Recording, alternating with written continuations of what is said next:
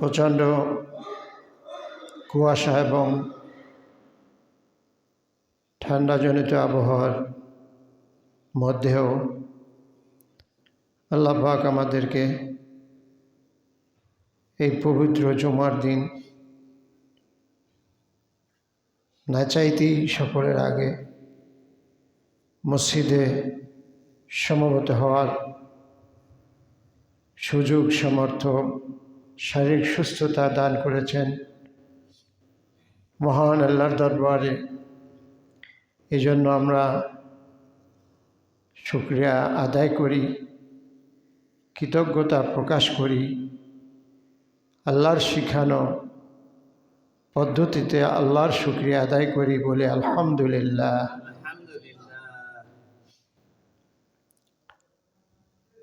আলহামদুলিল্লাহ রাসুশ শুকরি। সমস্ত শুকরিয়ার মূল শুকরিয়ার বাণী হলো আলহামদুলিল্লাহ বলা।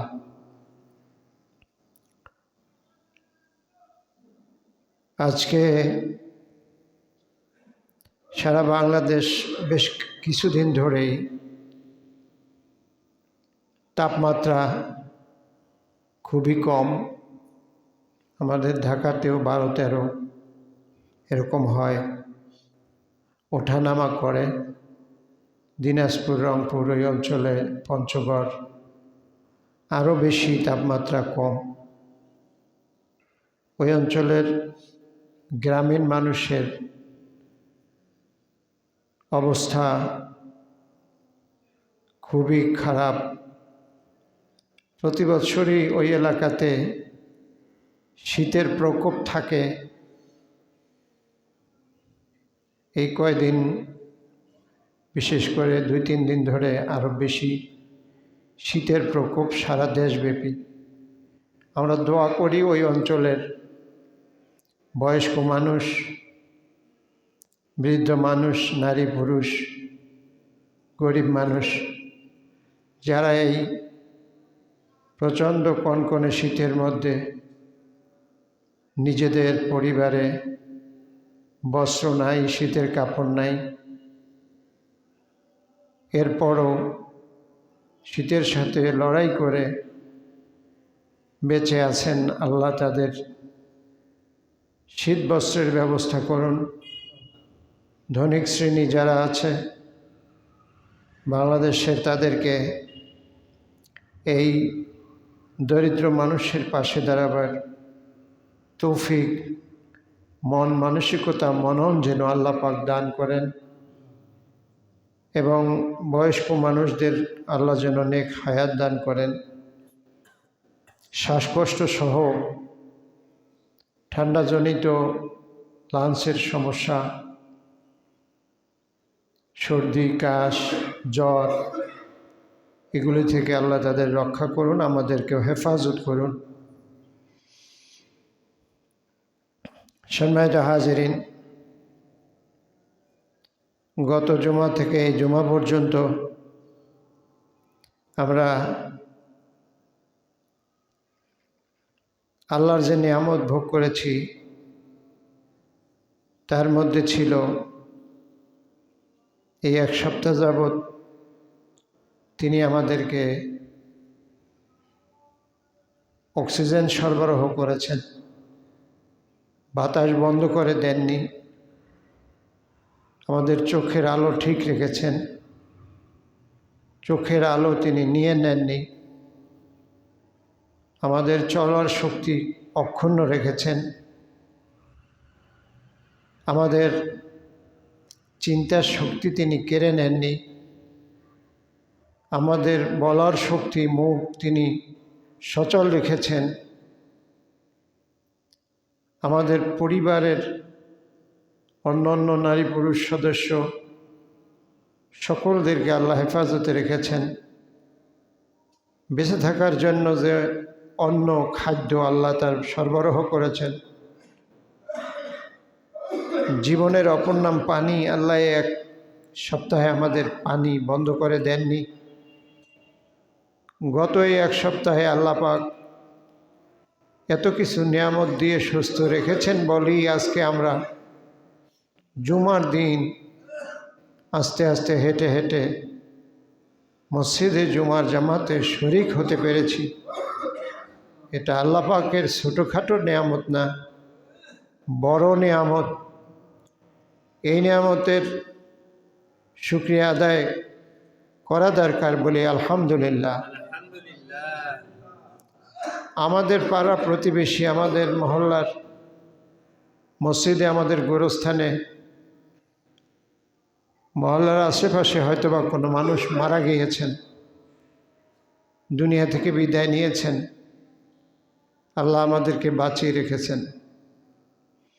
আমাদের এই মহল্লার আশেপাশে হয়তোবা কোনো নারী পুরুষ বড় ধরনের অ্যাক্সিডেন্ট করে বড় ধরনের ইনজুর্ড হয়ে হাসপাতালে আছেন, মৃত্যুর সাথে পাঞ্জা লড়ছেন। আল্লাহ পাক আমাদেরকে এরকম কঠিন পরিস্থিতিতেও ঠেলে দেননি। আমরা আবার বলি আলহামদুলিল্লাহ।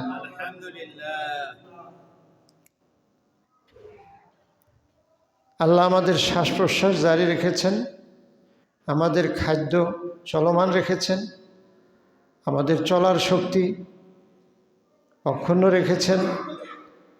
আল্লাহ আমাদেরকে এই সব নিয়ামত দেওয়ার পরে স্বাভাবিক কারণেই এই এক সপ্তাহ আল্লাহ যা দিয়েছেন, এই এক সপ্তাহের শুকরিয়া আজকে জুমার দিন আমরা আল্লাহর কাছে কায়মনোবাক্যে আল্লাহমুখী হয়ে, একান্ত আল্লাহমুখী হয়ে গত এক সপ্তাহের শুকরিয়া আদায়ের চেষ্টা করা দরকার। এজন্য আমরা আলহামদুলিল্লাহ আগাগোড়া বলবো। আলহামদুলিল্লাহ রাব্বিল আলামিন আর রহমানির রহিম মালিকি ইয়াউমিদ্দিন ইয়্যাকা না'বুদু ওয়া ইয়্যাকা নাস্তাঈন ইহদিনাস সিরাতাল মুস্তাকিম সিরাতাল লাযীনা আন'আমতা আলাইহিম গায়রিল মাগদুবি আলাইহিম ওয়ালাদ-দাল্লিন। আমিন।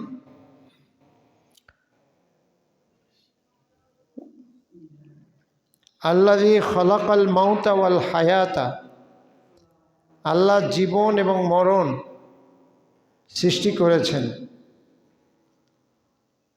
লিয়াবলুয়াকুম, এই জীবন আর মরণ দিয়ে তিনি পরীক্ষা করতে চান। আইয়ুকুম আহসানু আমালা, তোমাদের মধ্যে এই জীবন আর মরণকে ব্যবহার করে কারা ভালো কাজে এগিয়ে থাকতে পারে। আইয়ুকুম আহসানু আমালা, ভালো কাজের দিক থেকে এই জীবন যৌবন আর মরণকে ব্যবহার করে কে বেশি এগিয়ে থাকতে পারে। এই জন্য আমি জীবন দিয়েছি, এই কারণে আমি মরণও দিয়েছি। এই দুইটা ব্যবহার করে আমরা আল্লাহ পাকের পরীক্ষার, আল্লাহ পাক আমরা আল্লাহর পরীক্ষার আমরা মুখোমুখি হব ইনশাআল্লাহ। সম্মানিত হাজিরিন, মানুষ অমর হয়ে থাকে,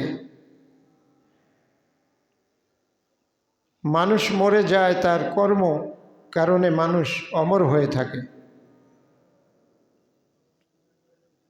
আবার মানুষ বেঁচে থাকে, বেঁচে থেকেও মানুষ মরা। কিছু মানুষ আছে মরে গিয়েও অমর, মরে নাই। আর কিছু মানুষ আছে যারা বেঁচে আছেন কিন্তু মরা। এই দুই মানুষ সমান না। যারা মরে যাওয়ার পরও বেঁচে আছেন আর যারা বেঁচে থাকেও মরে গেছেন, তাদের পরিচয় আল্লাহ কোরআনে দিচ্ছেন। হাল ইয়াস্তাবিল্লাযীনা ইয়ালামুনা ওয়াল্লাযীনা লা ইয়ালামুন, যারা জানে আর যারা জানে না তাদের উদাহরণ হলো জীবন্ত আর মরণের মতো। মৃত্যু আর জীবনওয়ালার মতো হলো জানা আর না জানা মানুষের উদাহরণ। আল্লাহ পাক বলছেন আলো আর অন্ধকার কি এক? আল্লাহ আমাদেরকে জিজ্ঞেস করছেন। আমাদের নেওয়াজবাগের কোরআন শরীফেও আছে, যে জয়নববাগের কোরআন শরীফেও আছে যে হে দুনিয়ার মানুষ, অন্ধকার আর আলো কি এক? আমাদের জিজ্ঞেস করছে, আপনারা কি বলেন? অন্ধকার আর আলো এক হইল অন্ধের জন্য। কার জন্য? অন্ধ। যার চোখ আছে সে আলো আর অন্ধকার তার জন্যই এক না। তাহলে যার জ্ঞান আছে, এলেম আছে, বুঝ আছে, তার কাছে সে হলো জীবন্ত। আর যার জ্ঞান নাই, বুঝ নাই, উপলব্ধি নাই, সে জীবন্ত থেকেও মৃত্যু। আমাদের জীবনটা এই জন্য পরীক্ষা করে দেখা দরকার যে আমরা কি মরা নাকি আমরা জেতা, আমরা কি মরছি নাকি আমরা জীবিত আছি। এটা পরীক্ষা করার ভাও আছে, সিস্টেম আছে। জীবন্ত মানুষ নড়ে, তার শ্বাস প্রশ্বাস আসা যাওয়া করে। আর মরা মানুষ, তার শ্বাস প্রশ্বাস নাই, লাঞ্চ, তার শ্বাস প্রশ্বাস বন্ধ হয়ে যায়, লাঞ্চ ক্লোজ হয়ে যায়। তো যেই মানুষ পৃথিবীতে থেকে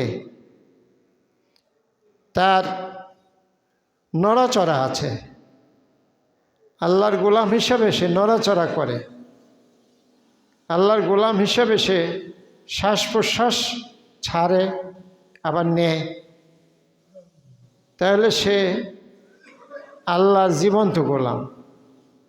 আর যেই গোলাম শ্বাস প্রশ্বাস নেয় কিন্তু নড়াচড়াগুলি আল্লাহর পক্ষে না, পৃথিবীর চলা নড়াচড়া এগুলি আল্লাহ পাকের পক্ষে না, সে জীবিত আছে, শ্বাস প্রশ্বাস তার আছে, কিন্তু আল্লাহর ভাষায় তিনি হচ্ছেন মৃত্যু। আমরা কি মৃত্যু থাকতে চাই না জীবন্ত? অনেক মানুষ আছে বৃদ্ধ, কিন্তু যুবক তার কাছে হার মানে, সে বয়সে বুড়া হয়ে গেছে কিন্তু কর্মে সে এখনো যুবক আছে না? আবার কিছু যুবক আছে এমন যে সে বয়সে তার যৌবন আছে কিন্তু কর্মে সে বুড়া হয়ে গেছে। বয়স তার 25-30 বছর, কিন্তু তার কর্ম হলো বৃদ্ধ মানুষের মতো। সে জুয়ান হলেও আসলে সে বুড়া। আর যেই বুড়া কর্মক্ষম, চলমান, নড়াচড়া করে, হাই হুঙ্কার দেয়, মানুষের উপকারে আসে, পরিবার দেখাশোনা করতে পারে, অলসতায় কাটিয়ে দেয় না, তারপরে নিজের দায়িত্বগুলি পালন করে, তারা জুয়ান হইলেও তারা বুড়া হইলেও জুয়ান। তাহলে বুড়ারাও কিছু আছে জুয়ান, আবার জুয়ান কিছু আছে বুড়া। এখানে আমরা যারা বুড়া আছি, আমরা বুড়া বয়সে, কিন্তু কর্মে আমরা জুয়ান থাকতে চাই না বুড়া হইতে চাই? আমরা বুড়া হইতে চাই না, আমরা জুয়ান থাকতে চাই। আমরা কর্মে মাধ্যমে প্রমাণ করতে চাই যে আমরা জুয়ান, আমরা যুবক। এজন্য আমাদের কি করা লাগবে? যেই যেই কাজগুলি আমার করণীয় সেইগুলি আমার সামর্থ্যের আলোকে চালিয়ে যাইতে হবে।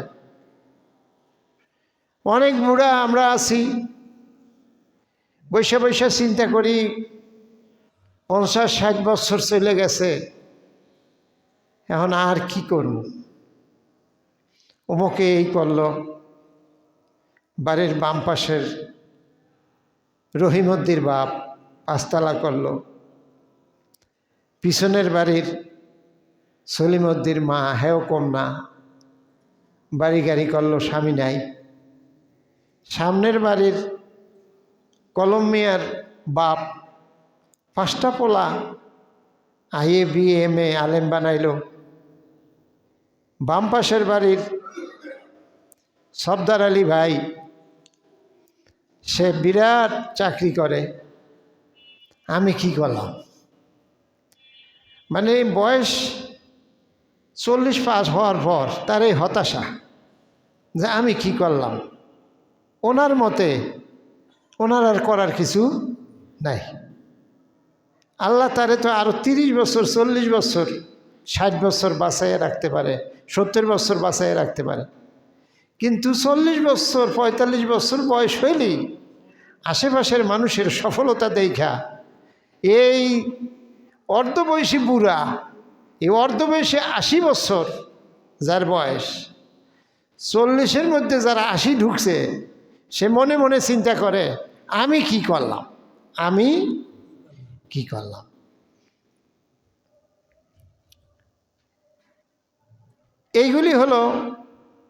এগুলি কোনো মোমেন ব্যক্তির চিন্তা না। মোমেন ব্যক্তির চিন্তা কি? মোমেন ব্যক্তির চিন্তা হলো ফুট যতক্ষণ আছে ততক্ষণ আমি আল্লাহর গোলাম। কার গোলাম? আর যতক্ষণ আল্লাহর গোলাম আছি ততক্ষণ আমাকে জীবন্ত থাকতে হবে।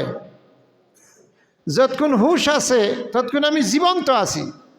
আর ততক্ষণ আমার অলসতা চলবে না, ততক্ষণ আমার কর্ম অব্যাহত রাখতে হবে, দায়িত্ব পালন অব্যাহত রাখতে হবে। 1 ঘন্টা সময় পাইলেও 1 ঘন্টা সময় নেক আমল করে বিদায় নিতে হবে। মুসলিম মনীষী যারা দুনিয়া থেকে বিদায় নিয়েছেন, ইমাম মুসলিম রহমতুল্লাহ আলাইহ, ইমাম আহমদ ইবনে হাম্বল মৃত্যুর আগে, তিনি মরার আগেও এই কিতাব দেখতে দেখতে, হাদিস দেখতে দেখতে মরণ জানকান্দানি শুরু হয়ে গেছে। তারপরও তিনি খোঁজ নিতেছেন যে আসলে অমুক মাসলাটা কোরআন হাদিসের দৃষ্টিতে জানি কি হবে। আর একজনকে জিজ্ঞাসা করে এইটার অমুক মাসলাটার সমাধান যেন কি হবে। জানকান্দানি শুরু হয়ে গেছে। তার মানে কি? প্রতিটি মুহূর্ত তারা কাজে লাগাইছে। সময় বড় মূল্যবান, সময় বড় মূল্যবান। নেয়ামাতানে মাগবুনুন, 2টি নিয়ামত অব্যর্থ, মূল্যবান। একটা হচ্ছে শারীরিক সুস্থতা, সুস্থ শরীর, সুস্থ মন। আর একটা হলো সময়, আর একটা হলো 1 মুহূর্ত সময় পেলে, 1 মিনিট সময় পেলে মোমেন ব্যক্তি সেই মিনিট সময়ও কাজে লাগাবে। এইটাই মোমেনের কাছে আল্লাহর চাওয়া। হাদিস শরীফে আসছে, কিয়ামত যদি একদিক দিয়ে যদি কিয়ামতের সিংহায় ফুঁক দেয়, তোমার হাতের মধ্যে যদি একটা গাছের চারা থাকে, চারা গাছ থাকে, গাছের বীজ থাকে, কিয়ামতের সিংহা ফু দেওয়া হয়ে গেছে, প্রলয় শুরু হয়ে গেছে, একদিক থেকে প্রলয় শুরু হয়ে গেছে, কিন্তু চারা গাছটা এখনো তোমার হাতে আছে, সময় পাইলে ওই গাছটাও লাগাই দাও। কিয়ামত শুরু হয়েছে একদিকে, আর একদিকে হাতে একটা গাছের চারা, ওই গাছটাও লাগাই দাও। তার মানে কি? প্রতিটি মুহূর্ত সময় কাজে লাগাও। নির্দেশ কার? নেয়ামাতানে মাগবুনুন, 2টি নিয়ামত বড়ই গুরুত্বপূর্ণ। তার একটি হলো সুস্বাস্থ্য, স্বাস্থ্যের যত্ন নেওয়া। স্বাস্থ্যের প্রতি খেয়াল রাখা সময় থাকতে। অনেকে বলে কাশি হইলেও ডাক্তারের কাছে দৌড় দেয়, হাসি হইলেও সিঙ্গাপুর যায়, যাইবই তো। কারণ এই prevention is the better than cure, ডাক্তারদের কথা। Prevention is the better than cure, নিরাময়ের চেয়ে সুস্থ হওয়ার চেয়ে রোগ হইতে না দেওয়াটাই উত্তম। সুস্থ হওয়ার চেয়ে রোগ হইতে না দেওয়াটা বেটার। তো যখন একটু সর্দি হইল, আপনার আমার যখন আমাদের রোগ শোক আসে তখন কিন্তু সিগন্যাল দেয়, রোগ আসার আগে সিগন্যাল দেয়। যখন আপনার জন্ডিস হবে এর আগে আপনার শরীর এই চোখ হলুদ হয়ে যায়, শরীর হলুদ হয়ে যায়, শরীর জ্বালাপোড়া করে, প্রস্রাব লাল হয়ে যায়, প্রস্রাবে জ্বালাপোড়া আসে, খানা খাদ্য মজা লাগে না।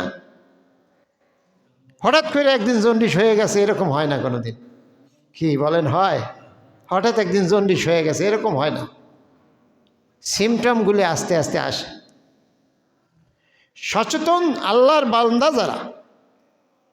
যারা আল্লাহ পাকের সচেতন বান্দা, যারা প্রতিটি সময়কে কাজে লাগাতে চায়, তারা স্বাস্থ্যের প্রতি লক্ষ্য রাখে। যখন এই প্রস্রাব আগের চেয়ে একটু অল্প আসে, চিরচিরে আসে, তখনই যোগাযোগ করা দরকার। প্রস্রাব স্বাভাবিকের চেয়ে যখন জ্বালাপোড়া করে, একটু হলুদ হয়ে যায়, তখন ডাক্তারের সাথে পরামর্শ করা দরকার। ছোট্ট সমস্যা হলে ছোট্ট ডাক্তারের সাথে, ফার্মেসি ম্যান যারা মোটামুটি জানে তাদের সাথে, যে ভাই আমার তো এইরকম বোধ হইতেছে, এই সিগন্যালগুলি আমার আসতেছে, তখন সে আপনাকে একটা পরামর্শ দেবে। ওইটা কন্টিনিউ করলে আপনার জন্ডিস বেশি হয়ে লিভার আক্রান্ত হবে, লিভার আক্রান্ত হয়ে লিভার সিরোসিস হবে।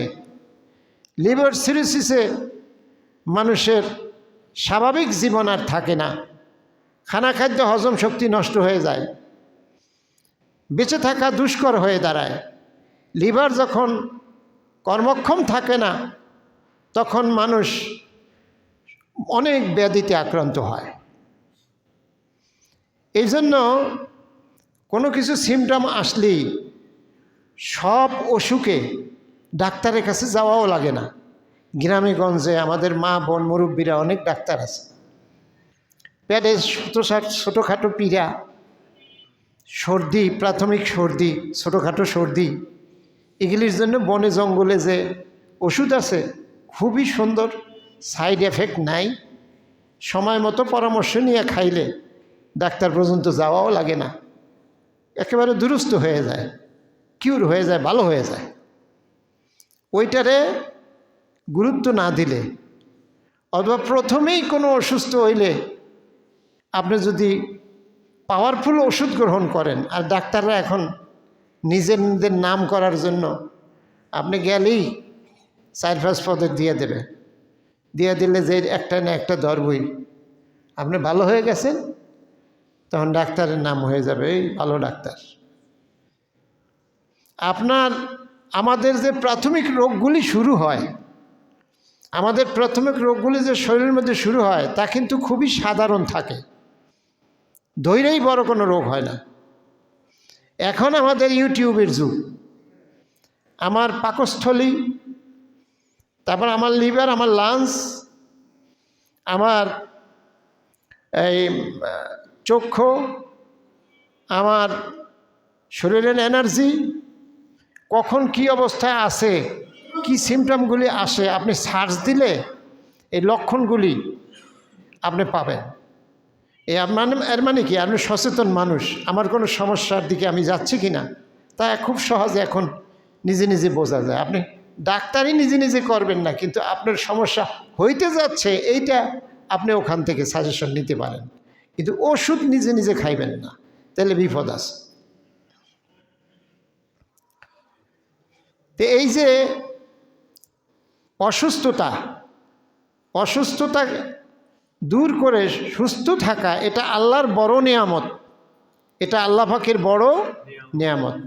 এখন এই নেয়ামত, আল্লাহর নেয়ামতের কি শুকরিয়া আদায় করা দরকার নাকি না শুকরগুজার হওয়া দরকার? তাহলে এই যে আমাদের সুস্থতা আল্লাহ দিলেন, শরীর সুস্থ রাখলেন, এটা তো নিয়ামত। এটার শুকরিয়া কেমনে করে? এটার শুকরিয়া করে এই সুস্থ শরীর বজায় রাখা, অসুস্থ হওয়ার আগে সুস্থতাকে টিকিয়ে রাখা, এটা হলো 1 নম্বর শুকরিয়া। 2 নম্বর হলো এই সুস্থ শরীর নিয়ে মাওলার দেখানো পথে নিজের জীবনটা, সময়টা ব্যয় করা। সম্মানিত হাজিরিন, আমাদের অসুস্থতার অন্যতম কারণ, ইদানিং আমাদের অসুস্থতার অন্যতম কারণগুলি আমি বলতেছি। একটা হলো নড়াচড়া না করা।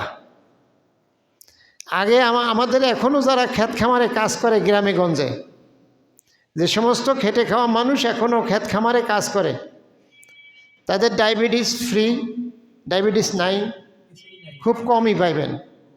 তারা খাইতে পারে ভালো, ঘুমও ভালো, ঘুমের জন্য ওষুধ খাওয়া লাগে না। তারপরে নির্দিষ্ট একটা সময় পর্যন্ত আল্লাহ যে কয়দিন হায়াত রাখছে, তারা ভালো থাকে, সুস্থ থাকে, ছোটোখাটো সর্দি জ্বর ছাড়া তাদের রোগ শোক হয় না। কারণ কি? তারা হাঁটে, বাজারে যায়, সপ্তাহে 7 দিন 7 জায়গায় বাজারে হাইটে যায়, হাইটে আসে, ক্ষেত খামারে কাজ করে, তারপরে মেয়ের বাড়িতে যায়, ছেলের বাড়িতে যায়, পুকুর থেকে বদনা দিয়ে পানি উঠাইয়া তারপর বাথরুমে যায়। এই যে নড়াচড়া, এই যে হাঁটা চলা, এই যে বডির যে একটা চর্চা, অনুশীলন, এক্সারসাইজ, এই কারণে তার বাত ব্যথা, দুরারোগ্য ব্যাধি এসে টিকতে পারে না। রোগ প্রতিরোধ ক্ষমতা তার তৈরি হয়, রোগ প্রতিরোধ করার মতো ক্ষমতা তার নিজের থেকেই তৈরি হয়, অটো সিস্টেমে তৈরি হয়। আমরা এই জিনিসগুলি এখন ছেড়ে দিয়েছি। আমরা সামনে যদি গাড়ি পাই, এখান থেকে মানিক দিয়ে যাইতে হবে, অথবা এখান থেকে গোরস্থানে যাইতে হবে। সামনে যদি একটা রিক্সা পাই, জরুরি কোনো কাজ না থাকলেও আমরা পঙ্গু হয়ে যাই, আমরা গাড়ির জন্য অপেক্ষা করি, গাড়ির অপেক্ষায় থাকি, জরুরি কোনো কাজ নাই। যার জন্য শহরের মানুষগুলি ফার্মের মুরগির মতো। কিসের মতো? আর যারা এখনও গ্রামে থাকে ওরা দেশি মুরগির মতো। দেশি মুরগির মূল্য এখনও বেশি নাকি?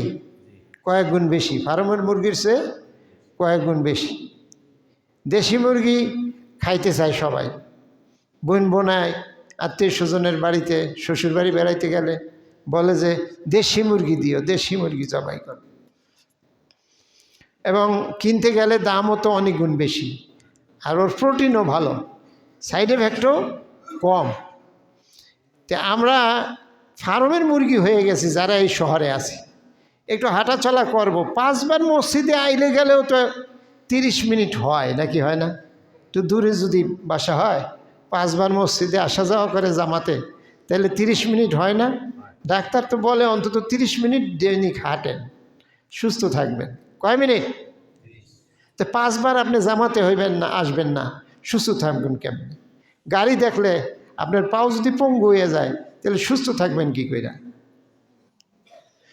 আপনি যদি অন্যের উপকার না করেন, আমরা ছোটোবেলা দেখতাম খেরের ঘর, গ্রামেগঞ্জে বেশিরভাগ খেরের ঘর ছিল। এই খড়ের ঘর, চাল, এই নারকেল গাছের ইয়া হয়, ওগুলি কী কয়, লম্বা লম্বা হয় যে ডগায়, যাই হোক, ওইটারে এই কাশি দিয়া ফাইরা, ওই তারপরে খের বিছাইয়া তার উপরে সুন্দর কইরা ওই যে আপনার কঞ্চি, বাঁশের কঞ্চি দিয়া নিচে দিত একটা, উপরে দিত একটা, দিয়া এবারে বান দিত। রশিও আসেন না, এত বেশি রশি ছিল না। এই যে নারকেল গাছের ওই যে রশি, ওইগুলি দিয়ে বান দিয়া তারপর পুরা গ্রামের মানুষ ডাক দিত দুপুরবেলা, এত বড় ওজনওয়ালা একটা চাল উপরে উঠাইতে হবে। চাল নিচে বাইন্দা উপরে উঠাইতো, ঘরের উপরে। আমি ছোট মানুষ তাদের সাথে কত উঠাইছি। একটু উপরে উঠলে তখন বাঁশ দিয়ে ঠেলে ধরতো, আর তো উপরে পায় না, বাঁশ দিয়ে ঠেলে ধরতো। এইভাবেই ছিল মানুষের ঘর বাড়ি গ্রামে। তখনকার মানুষ আরও সুস্থ ছিল, এই কাজগুলি করত, মাছ ধরতো, নিজে মাছ ধরে নিজে খাইতো। এই যে নড়াচড়া, এই কারণে মানুষ ভালো থাকে। আর এখন ওই কাজ আমরা করি না। ইচ্ছা করলে কাজ করার সুযোগ আছে। অফিস থেকে আসার পর, অফিস যাওয়ার পর, ব্যবসা বাণিজ্যের ফাঁকে শুক্র শনিবার আমরা কি শারীরিক পরিশ্রম করতে পারি না? এটা আমাদের ইচ্ছার অভাব। ইচ্ছা থাকলে এখনও করা যায়, শহরের মধ্যেও করা যায়। সামান্য একটু জায়গা বাড়ির পাশে থাকেই, আপনার না থাকুক সরকারি রাস্তার পাশে হইলেও থাকে, সেখানে আপনি করলে কেউ নিষেধও করবে না। কত মানুষের কত জায়গা ভইরা থাকে, আমরা ইচ্ছা করলে সেটা একটু কোপাইয়া সেখানে দুইটা জিনিস লাগাইতে পারি, নিজে খাইতে পারি, অন্যের দিতে পারি, শরীরটা সুস্থ রাখতে পারি। এই চিন্তাধারা আমাদের নাই। শরীর সুস্থ না থাকলে আমাদের লিভার ঠিক না থাকলে লিভার সিরোসিস হবে, আমাদের খাদ্য হজম হবে না। এই যে আমাদের এই 80 বছর বাইসে গেল বাংলাদেশের সাবেক প্রধানমন্ত্রী খালেদা জিয়া, তার বয়স 80 বছর হয়েছে, কম পায় নাই। 80 বছর বয়স অনেক বয়স, উনিও তো আগের মানুষ। তো 80 বছর বয়স পাইছে, তার তো লিভার সিরোসিস ছিল। এই মানুষ চলে গেছে। এখন এই যে আমি দুনিয়াতে চলে যাব, দুনিয়ায় থাকবো না, যে কয়দিন থাকি সুস্থ থাকা দরকার। এই জন্যই সুস্থ থাকা দরকার, যাতে পরিবারের খেদমত করতে পারি, সমাজের খেদমত করতে পারি, আল্লাহর ইবাদত করতে পারি। এই জন্য স্বাস্থ্যের প্রতি আমাদের যত্নবান হওয়া দরকার। আমাদের স্বাস্থ্যের প্রতি যত্নবান আমরা হব। রাসূল করিম সাল্লাল্লাহু আলাইহি ওয়াসাল্লাম কিছু কিছু খাদ্য খাইতেন যেগুলো উনি খুব পছন্দ করতেন, এটা স্বাস্থ্যের কারণে। মানে মধু ওনার খুব পছন্দ ছিল। মধু অনেক শক্তিশালী খাদ্য, দুধ ওনার পছন্দের খাদ্য, কারণ ওইটার মধ্যে সব ধরনের ভিটামিন, মিনারেল, এনার্জেটিক যা আছে সব দুধের মধ্যে সব ধরনের আছে। আলহামদুলিল্লাহ, জান্নাতি খাবার। মধু অনেক শক্তিশালী খাবার। এগুলি আমাদের ঘরে তো বোতলে থাকে না। অনেকে দুধ খাইতে পারে না, কিন্তু মধু তো খাইতে পারে। অনেকে আবার মধুতে সমস্যা, সে ডিম তো খাইতে পারে। এই সবগুলির মধ্যে প্রচণ্ড এনার্জি আছে। এগুলো আমরা নিয়মিত গ্রহণ করব, আমাদের সন্তানদেরকে দেব। তাহলে আর নড়াচড়া করব। নড়াচড়ার জন্য সবচেয়ে ভালো জায়গা হলো মসজিদে আসা যাওয়া করা। মসজিদে আসা যাওয়া করা। শুক্রবার দিন মসজিদে আসব, শনিবার আসব, রবিবার, সোমবার, মঙ্গল, বুধ, বৃহস্পতিবার। ফজর, জোহর, আসর, মাগরিব, এশা 5 ওয়াক্ত নামাজ হলো মুসলমানের পেশা। মুসলমানের পেশা। আমরা পেশা আছে, চাকরি কারো পেশা, ব্যবসা কারো পেশা। আর মুসলমানের একটা পেশা আছে, এটা কমন পেশা। চাকরিজীবীরও এই পেশা, তারপরে শ্রমিকেরও এই পেশা, তারপর মালিকেরও এই পেশা, তারপরে সবার একই পেশা। দুনিয়াতে বাঁচার জন্য ভিন্ন ভিন্ন পেশা, কিন্তু মুসলমান হিসাবে একটা পেশা সবার সমান পেশা। সেই পেশাটার নাম হলো 5 ওয়াক্ত নামাজ। 5 ওয়াক্ত ফজর, জোহর, আসর, মাগরিব, এশা 5 ওয়াক্ত নামাজ হলো মুসলমানের পেশা। আমরা কি এই মুসলমান যারা আছি এখানে, আমরা কি 5 ওয়াক্ত নামাজ আমাদের জীবনে পেশা হিসাবে গ্রহণ করতে পারি না? এই গ্রহণ করতে পারাটা কি জরুরি, না সুন্নাত, না নফল? ফরজ। এটা কি ফরজ না সুন্নাত? না সুন্নাতে মুআক্কাদা? মাঝে মাঝে না পড়লেও চলে, মাঝে মাঝে না পড়লেও চলে। আল্লাহর বান্দা যারা, মুসলমান যারা নাম দিছি, মুসলমানি খাতায়, ইমানদারের খাতায় যারা নাম দিছি, তারা কি মাঝে মাঝে পড়লেও হয় নাকি? আবার না, মাঝে মাঝে ছাইড়ে দিলেও হয়। 6 দিন ভালোভাবে পড়লাম না, 6 দিনে একবারও পড়লাম না, শুক্রবার সকাল থেকে সন্ধ্যা তাহাজ্জুদ সহ পড়লাম, তাইলে তো হবে নাকি? 5 ওয়াক্ত নামাজে আল্লাহর কাছে হাজিরা দেওয়া লাগবে। এই নামাজ যদি আমরা 5 ওয়াক্ত নড়াচড়া করি আসি, তারপরে একটু মোসাফা করি, তাহলে আমাদের ব্যায়াম হয়েই যায়, 30 মিনিট হয়ে যায়। ওঠানামায় যে আমরা নামাজ পড়ি, নামাজের যে ওঠানামাগুলি, রুকু, সেজদা, এইভাবে দাঁড়িয়ে থাকা, নামাজে মনোযোগ, এটাও একটা ব্যায়াম। নামাজে একেবারে দুনিয়ার সমস্ত দিক থেকে মনটাকে, মনোযোগটা একদিকে করা, এটা কিন্তু বড় ধরনের একটা ব্যায়াম। নামাজ শুধু আল্লাহর হুকুম না, এই হুকুম আল্লাহ এই জন্য দিছে যাতে এই হুকুম পালন করে আপনি সুস্থ থাকতে পারেন। বলেন সুবহানাল্লাহ। আল্লাহ পাক আমাদেরকে নামাজ নামক এই মহা নিয়ামতের কদর করে সুস্থ থাকার তৌফিক এনায়েত করুন। ওয়া আখিরি দাওয়ানা আনিল হামদুলিল্লাহি রাব্বিল আলামিন।